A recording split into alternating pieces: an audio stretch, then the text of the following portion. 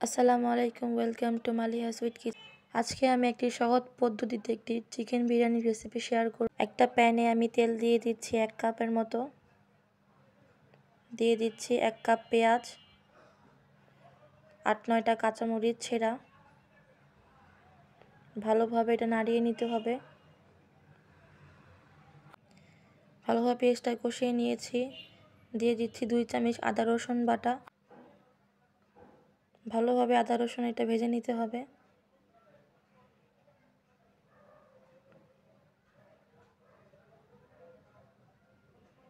দিয়ে দিচ্ছি 2 চামচ লবণ। আজকে আমি পিওর শাহী বিরিয়ানি মশলাটা ইউজ করছি। আপনারা চাইলে রাঁধুনি মিক্সড ইউজ করতে পারেন। দিয়ে দিচ্ছি আমি এখানে মশলা,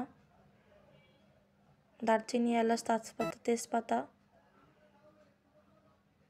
এখানে যে ভিতরের গুঁড়ো মশলা ছিল ওটা দিয়ে দিচ্ছি। আর আমি এখানে একটু বিরিয়ানিটা কালার করার জন্য এখানে গুঁড়া মরিচ ইউজ করছি। আপনারা চাইলে স্কিপ করতে পারেন। আমি এখানে অল্প একটু পানি দিয়ে মশলাগুলো একটু কষিয়ে নেব। ঢাকনা দিয়ে ঢেকে দেব। দেখতেই পাচ্ছেন আমার কষানো হয়ে গেছে।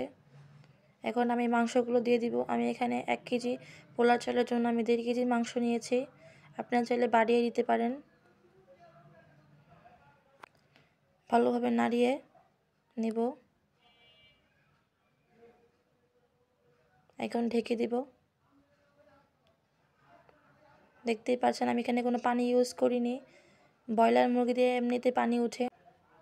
ভালোভাবে নেড়ে নেব। আবার ঢাকনা দিয়ে ঢেকে দিব। দেখতেই পাচ্ছেন কত পানি উঠেছে। আমি কিন্তু একটুও পানি ইউজ করিনি। এখন পানিটা শুকানোর জন্য ওয়েট করব।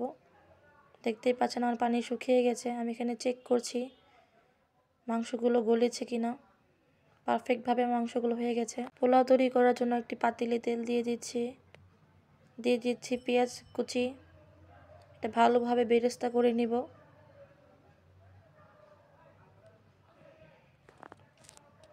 বেরেস্তা হয়ে গেছে। আমি এখানে চিনি গুঁড়া পোলাও চাল ইউজ করছি। আপনারা চাইলে এখানে চাষি বা বাসমতি চাল ইউজ করতে পারেন। এটা ভালোভাবে ভেজে নেব।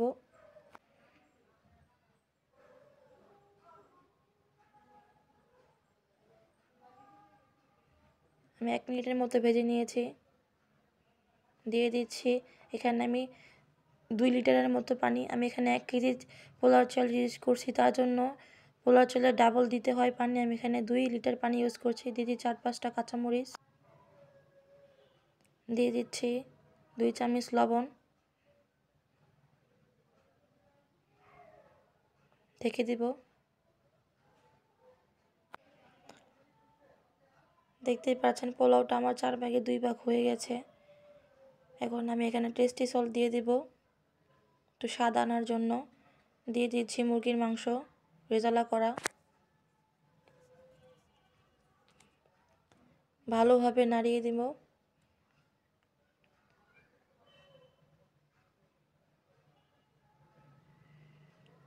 এখন ঢেকে দেব।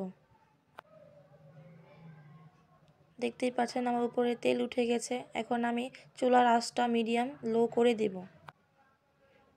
এখন আমি একটু নেড়ে নেব।